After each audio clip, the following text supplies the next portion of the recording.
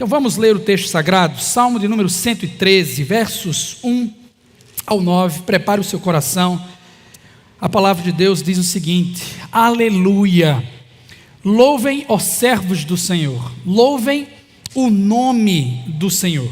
Seja bendito o nome do Senhor desde agora e para sempre. Do nascente ao poente seja louvado o nome do Senhor.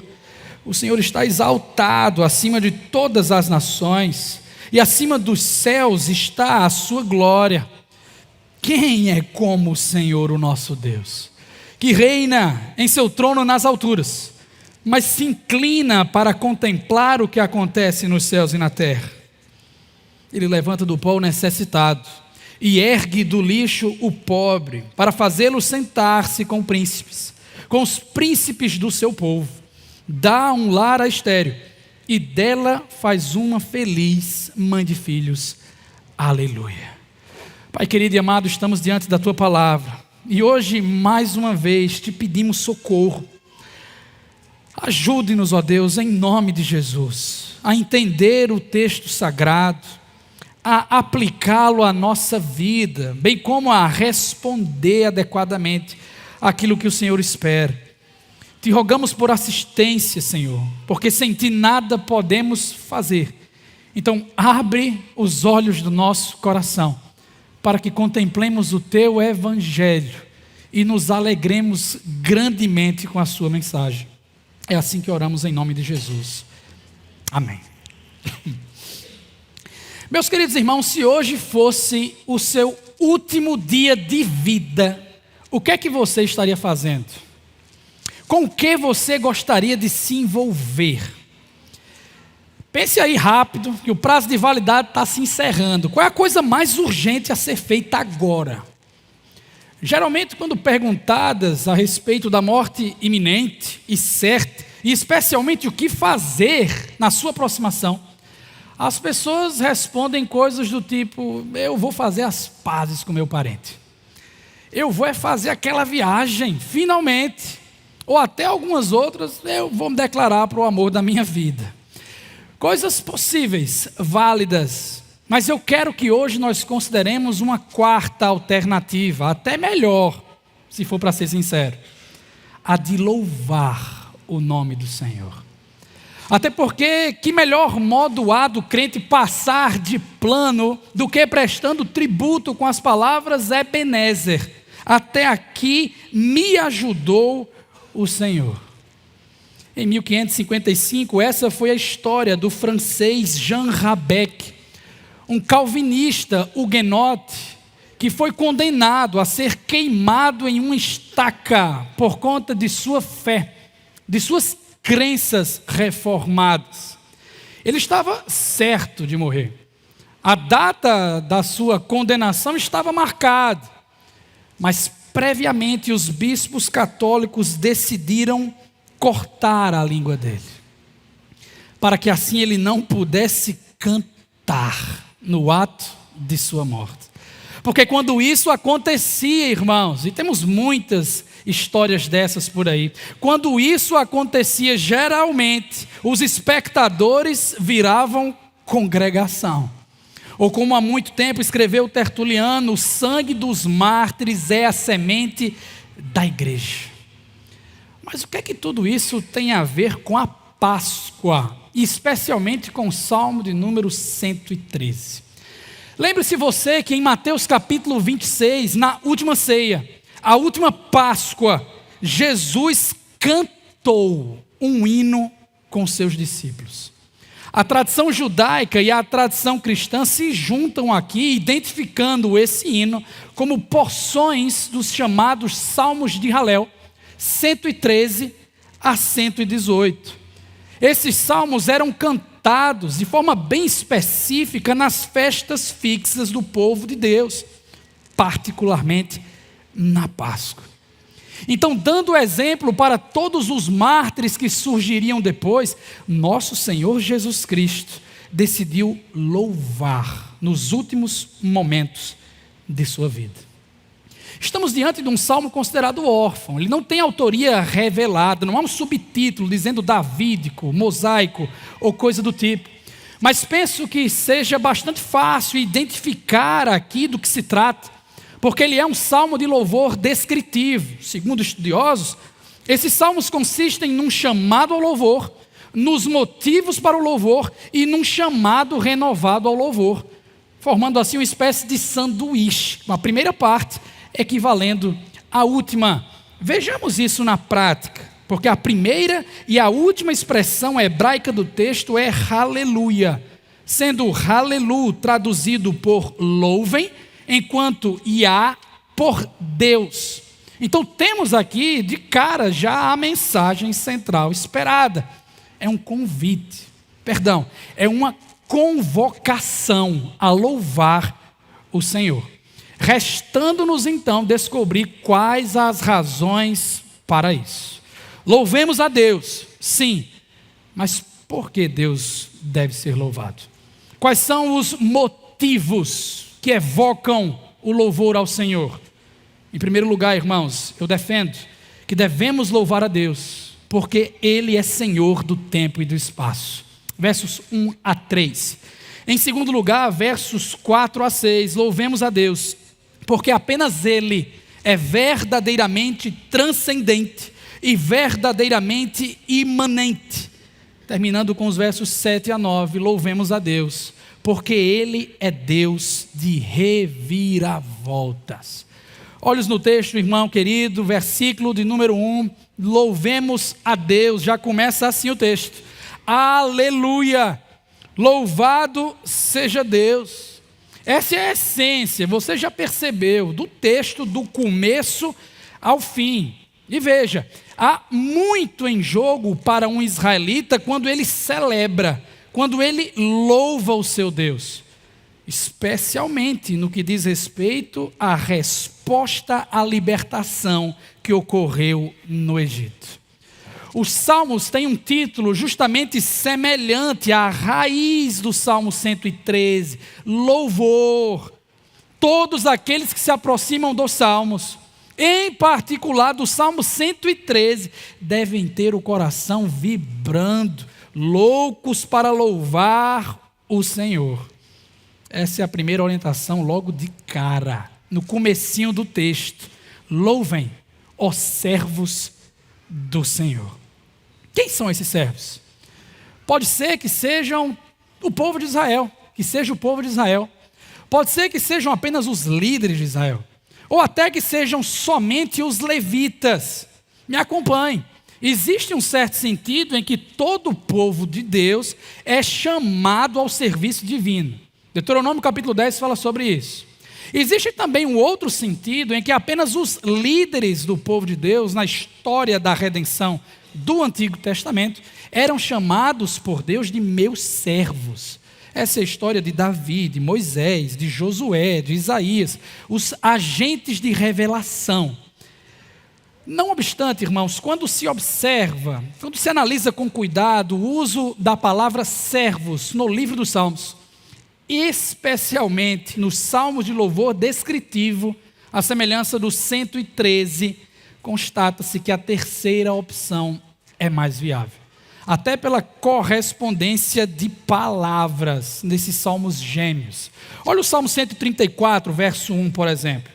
Venham, bendigam o Senhor, todos vocês, servos do Senhor, vocês que servem de noite na casa do Senhor.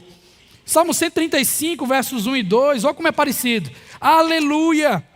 Louvem o nome do Senhor, louvem os servos do Senhor, vocês que servem na casa do Senhor, nos pátios da casa de nosso Deus. Então isso significa que o chamado para adoração é exclusivo para o grupo de levitas? É óbvio que não, irmãos. Muito pelo contrário. Como falei, os salmos eles eram utilizados em contexto de culto, liturgicamente, como nós fazemos aqui domingo após domingo. E os levitas eram os responsáveis para fazer o culto acontecer. E a participação primária deles era justamente iniciando e até modelando o louvor na casa do Senhor. Assim conclui-se que os servos do texto eram os cantores levitas do templo, mas o chamado para adorar não era exclusivo deles. Eu concordo com Calvino quando ele escreve o seguinte: quando o Espírito Santo se dirige expressamente aos levitas em relação ao assunto dos louvores a Deus, ele tenciona que, por seu exemplo, os levitas mostrem o caminho aos demais e que toda a igreja responda em coro santo, o que nós chamamos de canto congregacional. Tendo a decisão sobre quem deve louvar, agora passemos a observar quem ou o que deve ser louvado.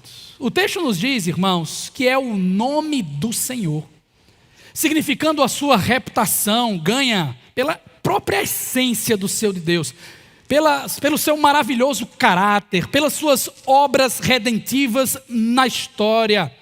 Quando se fala do nome de Deus, abrange-se a sua própria existência, tudo a respeito dele.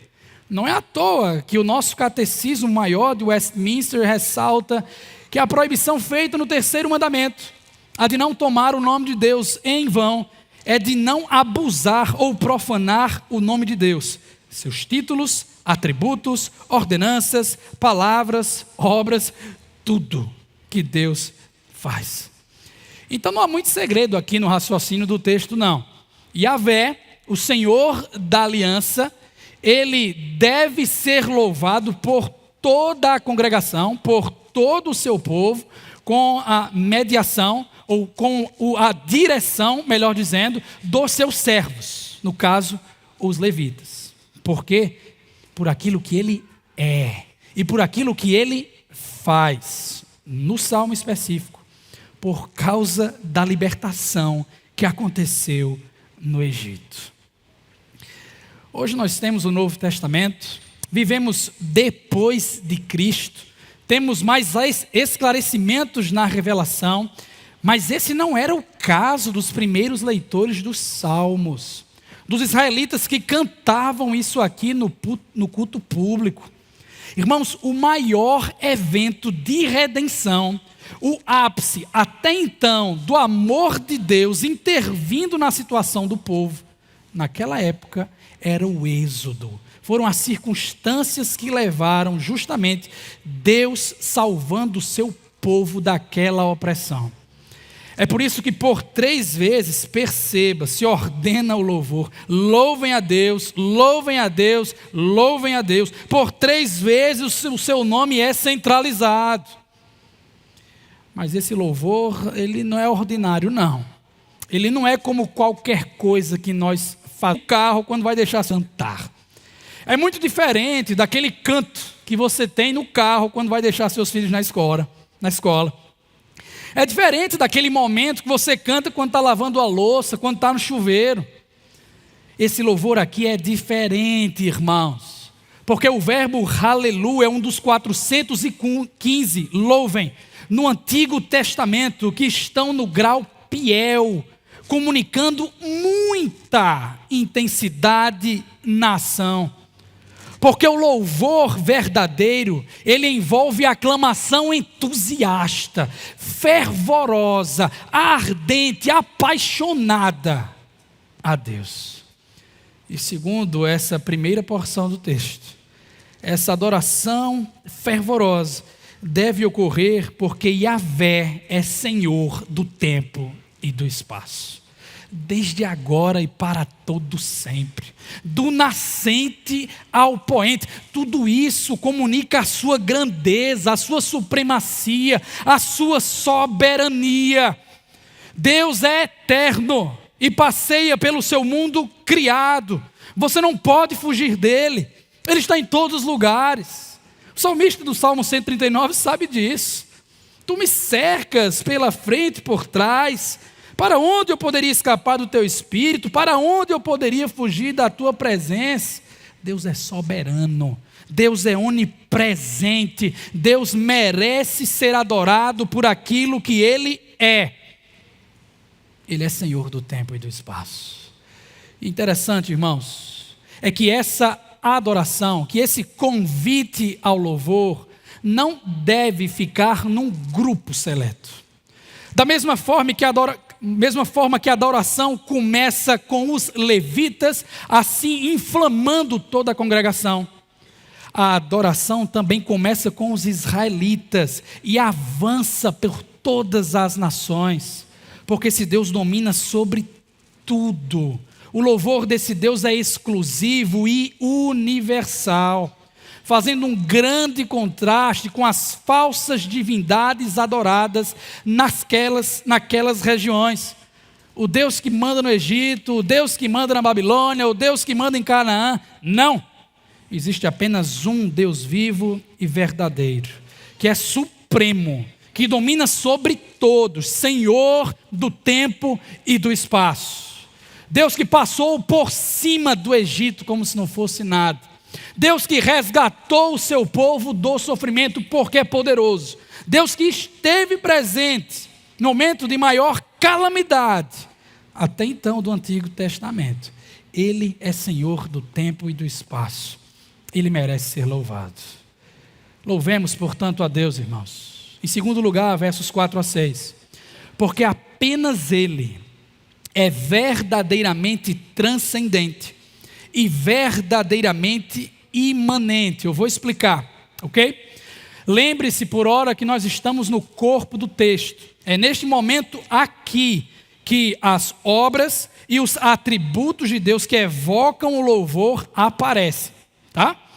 Agora, o destaque se dá na singularidade do nosso Deus, como exaltado, ao mesmo tempo que interativo com o seu povo, transcendente e imanente, ok? Ele é tão elevado em glória, ele é tão distante em excelência, em majestade, mas ao mesmo tempo, ele está tão perto, irmãos. Ele está próximo de nós em afeto, em carinho, em amor, em intervenção, transcendente e imanente. Ele é como o sol, brilhante nos céus, tão poderoso que você não consegue nem olhar para ele. Mas ao mesmo tempo, em todos os seus dias, você é alumiado, aquecido com a sua luz irradiante, transcendente e imanente.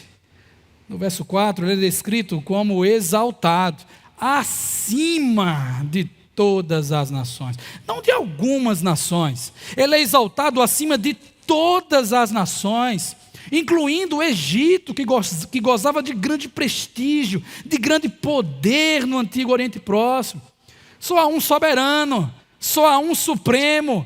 Não são os deuses do Egito. Não é o faraó, mas Yahvé, porque a sua glória está acima dos céus, que dizer do Egito. Essa é a figura de divindade suprema e única neste mundo. Os salmos testificam da mesma coisa em vários lugares. No Salmo 99, por exemplo, temos a mesma pintura. O Senhor Yahvé reina, as nações tremem. O seu trono está acima dos querubins, a terra se abala. Grande é o Senhor em Sião, ele é exaltado acima de todas as nações, porque a glória dele é cantada nos céus. Salmo de número 8. A sua majestade está acima de todas as coisas. Salmo 148. E o melhor de tudo é que na história do povo da aliança, nos seus piores momentos, no momento mais difícil, quando as nações subjugavam Israel, quando as nações invadiam Israel, quando Israel era levado cativo, nos piores momentos, ainda assim todas essas nações, todas essas coisas estavam completamente sob o controle do Senhor, exaltado, transcendente. É por isso que vem a pergunta retórica no verso 5: quem é como o Senhor, o nosso Deus? Quem é como esse aqui que nós acabamos de falar? Dado um contexto, um sonoro ninguém é mais do que lógico. Por mais que existissem aí, vai lá, suas figuras de divindades transcendentes, entre aspas, no Antigo Oriente Próximo, como Marduk na Babilônia, Assur na Síria, El na cultura cananeia, nos Salmos especialmente, Yahvé é descrito como supremo em relação a todos eles. No livro do Êxodo, na ocasião da Páscoa, você vai ver lá que o Senhor trouxe juízo sobre as divindades ou as falsas divindades do Egito. Só há espaço para um Deus neste mundo. Só há um transcendente nesse mundo. E o ponto surpreendente, irmãos, da nossa porção é o beijo da transcendência com a imanência. Versos 5 e 6. Quem é como o Senhor, o nosso Deus, que reina em seu trono nas alturas, transcendência, mas se inclina para contemplar o que acontece nos céus e na terra. A natureza de Yahvé como transcendente e imanente, essa aí é incomparável, completamente sem paralelos.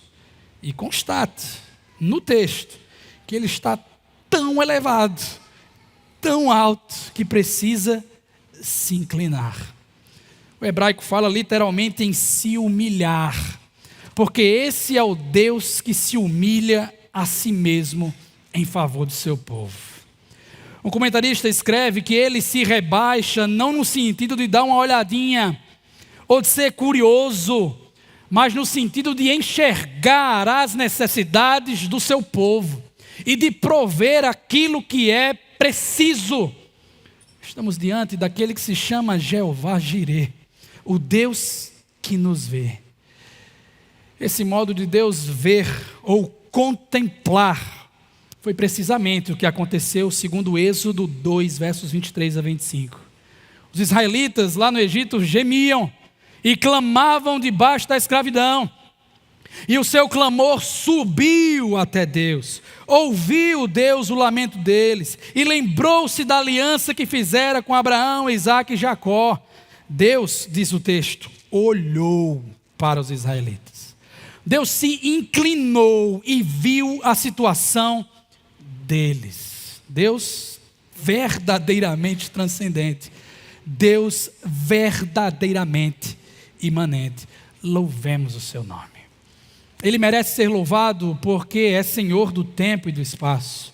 Ele merece ser louvado porque apenas Ele é verdadeiramente transcendente e verdadeiramente imanente ao mesmo tempo. Por fim, versos 7 a 9. Louvemos a Deus, porque Ele é Deus de reviravoltas. Agora no versículo de número 7, queridos irmãos, nós vamos ver como é, nessa última estrofe, que essa humilhação, essa inclinação de Deus ocorre. Ele levanta do pó necessitado e ergue do lixo o pobre. 3 correspondências aqui.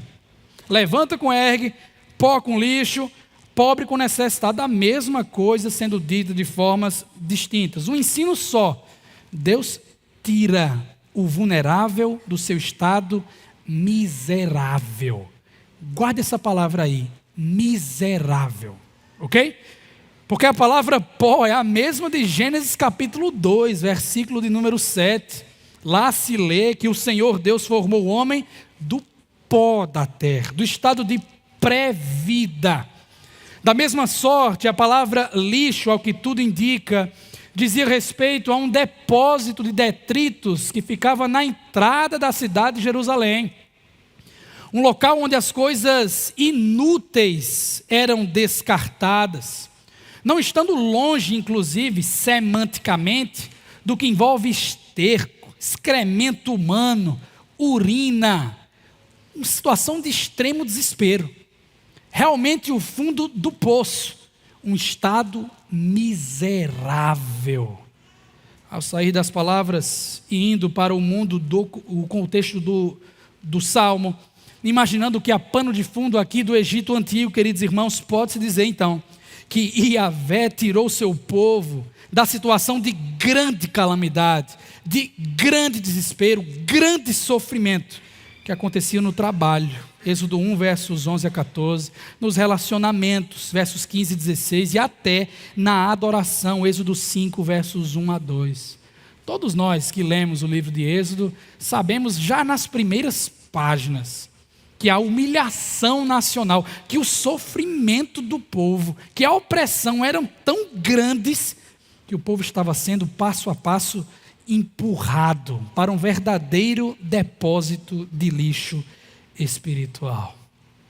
E no mundo antigo, queridos, o depósito de lixo, assim como hoje também, era o lugar de extremo desespero, onde as pessoas mais necessitadas, completamente desesperadas, se encontravam.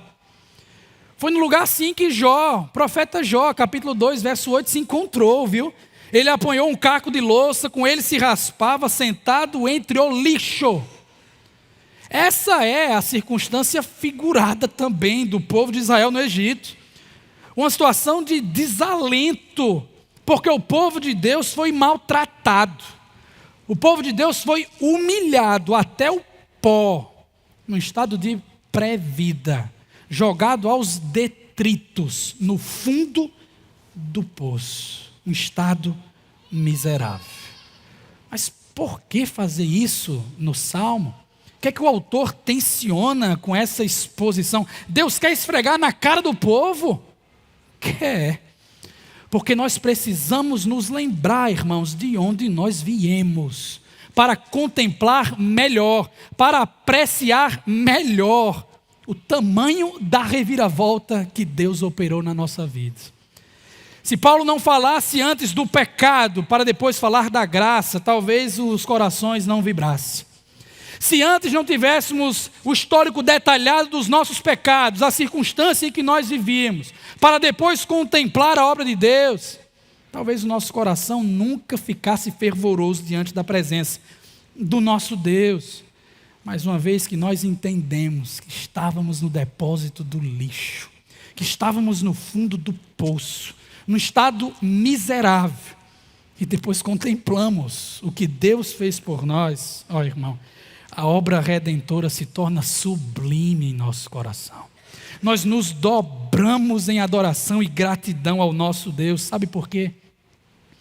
Porque o Deus de Israel teve que sujar as suas mãos para libertar o povo carente e necessitado. Jeová Jireh, o Deus que olha, viu a situação do povo e foi tirar o povo da circunstância em que estava. Retirou o povo do depósito de lixo, com um propósito muito claro. Reviravolta do verso 7 surge no verso 8. Yahvé redime os humildes com propósito, para fazê-los sentar-se com príncipes, com os príncipes do seu povo. Então sai-se da pobreza e adentra-se na riqueza. Mas rompa logo com essa sua mentalidade materialista. A gente não está falando de dinheiro no texto não, tá bom? Riqueza para um israelita, dentro da sua mentalidade, é desfrutar da terra. Riqueza é ter uma família. Riqueza é ter filhos. Riqueza é gozar da harmonia divina em todas as coisas. Isso é ser rico, segundo a palavra de Deus. O intuito então é demonstrar que Deus tira o seu povo da vergonha da pobreza, da falta de dignidade da pobreza, para conferir a honra da nobreza diante dele. Dignidade, nobreza, não num sentido aqui material, queridos irmãos. Entenda, sai-se do pó, do pré-vida, com o fôlego do Espírito Santo. É Ele que eleva a posição do humilde, para possibilitá-lo se assentar com os líderes. Não se sentar de forma temporária, tá bom? Esse aqui é um modo de dizer que haverá permanência definitiva na habitação dentro da nobreza. Se me permitem, eu vou até mais à frente. Não nobreza, mas realeza. Porque o próprio Moisés, em Êxodo 19, e o apóstolo Pedro, em sua primeira carta, capítulo 2, nos ensinam que todo crente, do Antigo ao Novo Testamento, são sacerdotes reais. Cada crente, querido irmão, é membro da corte real do Senhor, é partícipe do reino de Deus. Ele deve então compreender a honra de estar na presença do Rei. O nome disso é graça. E como se já não fosse o bastante, mais graça ainda é direcionada ao povo da aliança. Esse Deus aí também dá um lar a estéril, e dela faz uma feliz mãe de filhos.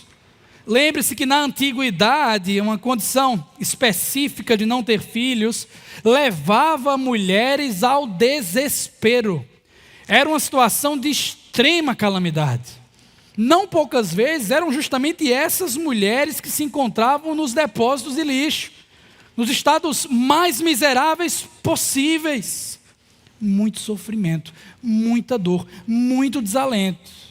Então é no mínimo interessante perceber que nas narrativas do Antigo Testamento nós temos muitas histórias de Jeová Jireh, o Deus que vê e que provê, favorecendo mulheres nessas situações. É o caso de Sara, de Rebeca, de Raquel. É o caso da mãe de Sansão, da sunamita do livro dos reis, e principalmente é o caso de Ana, a mãe do profeta Samuel. Esta última sendo digna de realce, uma vez que existem consideráveis similaridades no cenário, no contexto e até nas palavras, aqui do Salmo 113, com o cântico de Ana, lá em 1 Samuel capítulo 2. O que levou um erudito a dizer que os pensamentos do Salmo 113 são transplantados do cântico de Ana, como se fosse uma citação direta. Porque lembre-se, Yahvé também deu um lar àquela moça. E Yahvé deu uma casa a Ana, deu uma família a Ana, constituída de filhos, sendo inclusive Samuel um personagem importantíssimo na história da redenção. Com o presente concedido, com lágrimas e mais lágrimas, Deus transformou o choro em riso. Deus tornou aquela mulher uma mãe feliz. A propósito, essa palavra aí, feliz, é muito importante para a Páscoa. Porque na instituição das festividades de Israel, essa palavra aparece muitas vezes. Deus deseja que a alegria, que a felicidade do povo seja completa. As festas de Israel, irmãos, não eram apenas para cumprir rito, para ser um negócio burocrático, chato, frio. Deus manda comer e beber. Deus manda dançar e cantar. Deus manda celebrar com alegria, porque Deus nos quer felizes. Então pode-se pensar aqui de modo figurado, que Israel, a esposa de Yahvé, como é tratada no Antigo Testamento, a mãe de Jerusalém, foi privada de seus filhos, os quais foram escravizados diante dos seus olhos, estavam no depósito de lixo, em grande sofrimento. Todavia, numa reviravolta impressionante, alegrou-se extraordinariamente com a maior obra de redenção feita, que aconteceu nos dias do Egito. Assim o Salmo termina em alta o conteúdo descritivo. E assim é natural que se espere um grande regozijo da congregação, que todos respondam com muita alegria. É por isso que se encerra com a repetição do chamado à adoração. Aleluia! Louvado com fervor seja Deus. Saindo da explicação do texto e agora passando a meditar um pouquinho na reflexão, em lições extraídas do texto para nós hoje. Talvez a coisa mais importante a fazermos agora, irmãos, é responder à pergunta: nós temos ouvido e respondido o chamado ao louvor? Temos parado para perceber os motivos para louvar a Deus? Temos respondido adequadamente ao aleluia do texto sagrado? Me entenda bem, toda a nossa vida deve ser vivida perante a face de Deus, em todas as áreas, em tudo que nós fizermos, comendo, bebendo, nós fazemos tudo para a glória de Deus. Deus espera, meu irmão, um aleluia dentro da sua casa, quando você trata bem a sua família, quando você discipula os seus filhos. Deus espera que no seu trabalho você viva um aleluia com as suas práticas honestas e diligentes. Deus quer seu aleluia nos estudos para as provas. Deus quer o seu aleluia na academia teológica. Deus quer o seu aleluia na produção tecnológica, na profissão que você se vê hoje. Deus quer ser adorado em tudo, ok? Nós sabemos disso. Nós pregamos sobre isso domingo após domingo. Mas me parece que aqui no Salmo 113, o Espírito de Deus quer a nossa atenção restrita ao culto público. E precisamos meditar nisso, irmãos. Talvez falando coisas que sejam um pouco desagradáveis, que vão machucar, mas eu garanto que é para o nosso bem. Precisamos fazer avaliação pessoal e coletiva neste instante.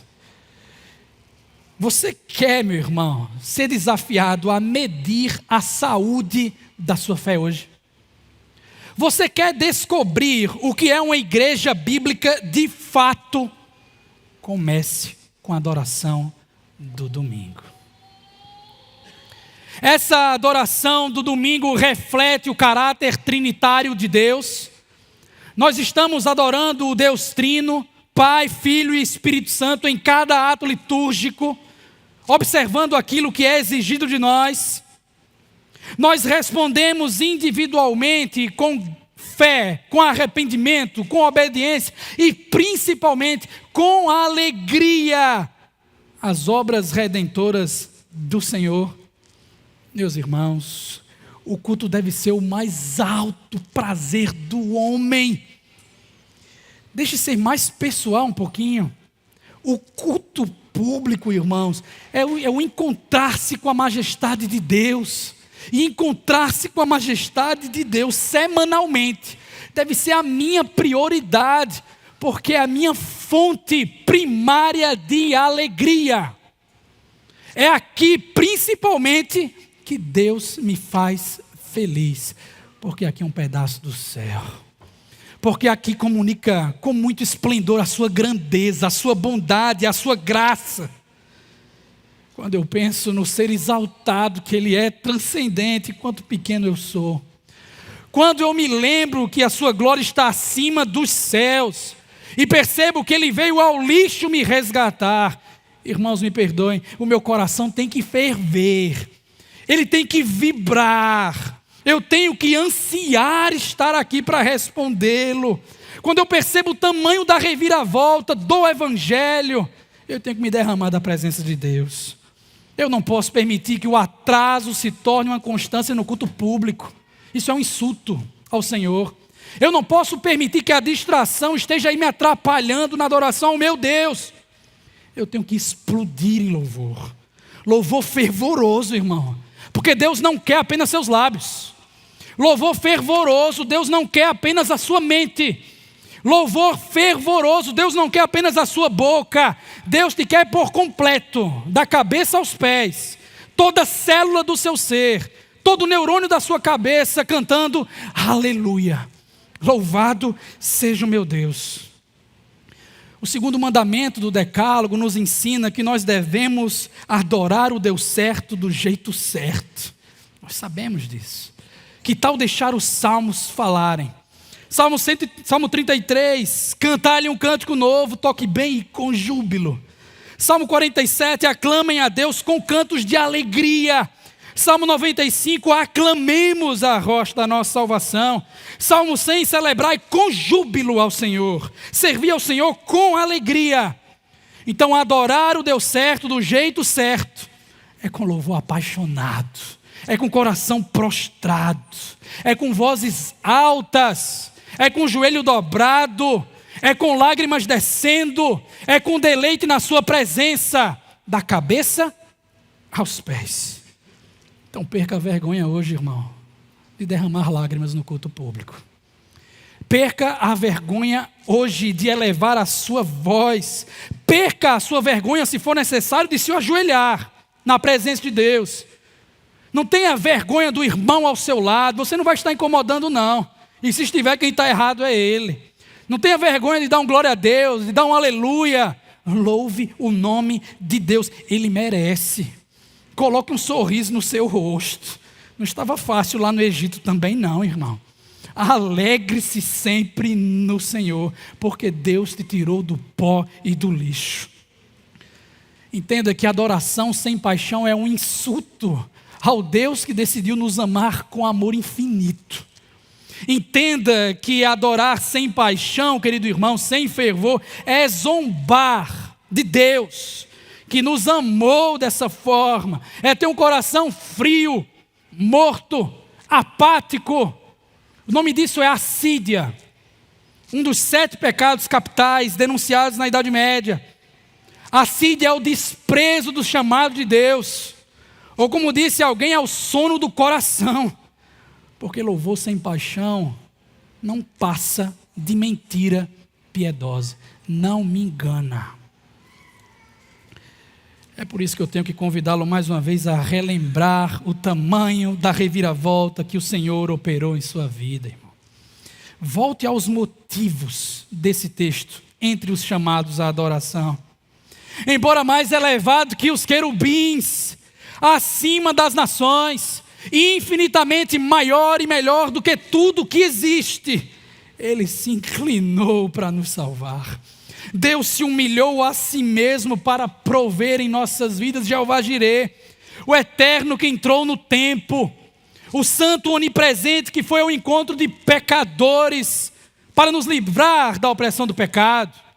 Esse foi o Deus, se lembre, meu irmão, que moveu mares vermelhos e rios Jordões para salvar você. Esse foi o Deus, querido irmão, que destronou Egitos e Babilônias para que você tivesse segurança eterna. Esse foi o Deus que nos deu um lar, uma família, para nós, estéreis espirituais, pessoas que não conseguem fazer nada sem Ele. E com tudo isso que o Senhor operou, Ele nos traz alegria. Deus nos faz felizes.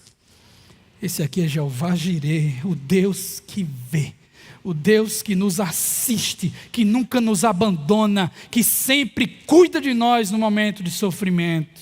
É por isso que nós louvamos e louvamos com fervor. Isso acontece de forma maravilhosa no canto congregacional, irmãos. Sabe?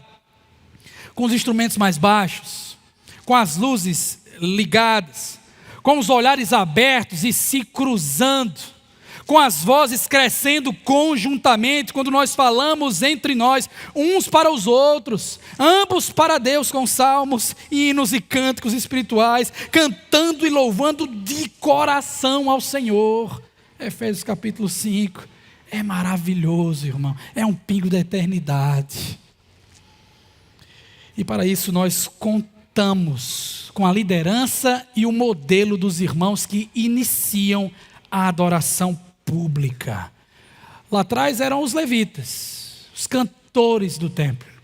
Hoje também são cantores, bateristas, guitarristas, tecladistas, um grupo menor dentro da nossa igreja, mas indispensável.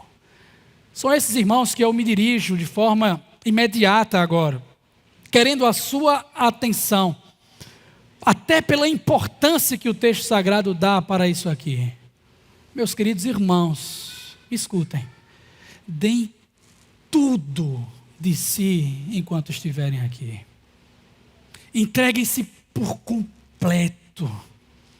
Eu não estou falando de técnica, isso também, estude, se prepare, toque bem as notas, esteja no tom correto, mas entreguem tudo de si aqui. Não permitam que Satanás roube sua alegria, rasgue o seu coração na presença do seu Deus. Quantas vezes eu mesmo já não me emocionei quando vi o irmão cantando com muita alegria no coração. Quantas vezes eu sei você foi motivado ao canto quando viu a irmã aqui entoando hinos com lágrimas nos olhos. Porque esses irmãos modelam o culto para nós. Eles iniciam a adoração. Então alegrem-se no Senhor também, irmãos, porque é com a liderança e o modelo de vocês que todos nós podemos salmodiar com o Salmo 84, presenciando aqui essa experiência maravilhosa no culto. Como é agradável o lugar da tua habitação, Senhor. Quão formosos são, ó Deus, os teus átrios, os teus tabernáculos. A minha alma anela e até desfalece. O meu coração e o meu corpo cantam de alegria ao Deus vivo. Deus vivo, que merece culto vivo. Esse Deus vivo, irmãos, é o Deus que morreu por nós. Esse Deus que vê, Jeová Jirê, também é o Deus que faz. É o Deus que veio, aquele que é antes de todas as coisas, o primogênito sobre toda a criação. É o Deus que se humilhou em carne. É o Deus que se esvaziou-se a si mesmo e veio como servo de Deus, por meio do qual nós louvamos fervorosamente a Deus. Verdadeiramente Deus, verdadeiramente homem, verdadeiramente transcendente, verdadeiramente imanente. Este é Cristo Jesus, o servo sofredor. Jesus é a alegria do culto. Jesus é a alegria do nosso coração. Jesus é o Deus que sujou suas mãos, que sujou a sua vida com os nossos pecados, para nos tirar do depósito de lixo. Jesus levou o lixo do nosso pecado sobre si, para nos fazer assentar-se com os príncipes. Jesus nos tornou herdeiros reais, irmãos. Esse é o Deus encarnado que nos recriou do pó e da cinza, da indignidade e da pré-vida, dizendo: haja vida, e o Espírito Santo hoje habita em nós. E com esse fôlego nós inflamamos o nosso pulmão e louvamos o seu nome, domingo após domingo. Afinal de contas, quem é como o Senhor, o nosso Deus? Aparentemente, no Salmo 113, ninguém sabia responder isso. Mas para Pedro, para Bartolomeu, para os demais que estavam no cenáculo, na última Páscoa, eles podiam contemplar diante de si: quem é como o Senhor, o nosso Deus? É o homem reclinado à mesa ali, aquele que provê pão e vinho, corpo e sangue para prover a pobres e necessitados como nós. É por meio do sangue dele que o Senhor passou por cima, Páscoa da nossa condenação, porque Deus tornou pecado por nós aquele que não tinha pecado, para que nós fôssemos nele tornados justiça de Deus. Está fervendo no seu coração? Está alegre no Senhor, irmão? Quer respondê-lo? Volte ao texto do começo ao fim. Aleluia! Louvado seja o nosso Deus. Feche os seus olhos, responda a Ele em oração secreta e se prepare para cantar em resposta a tudo que nós ouvimos.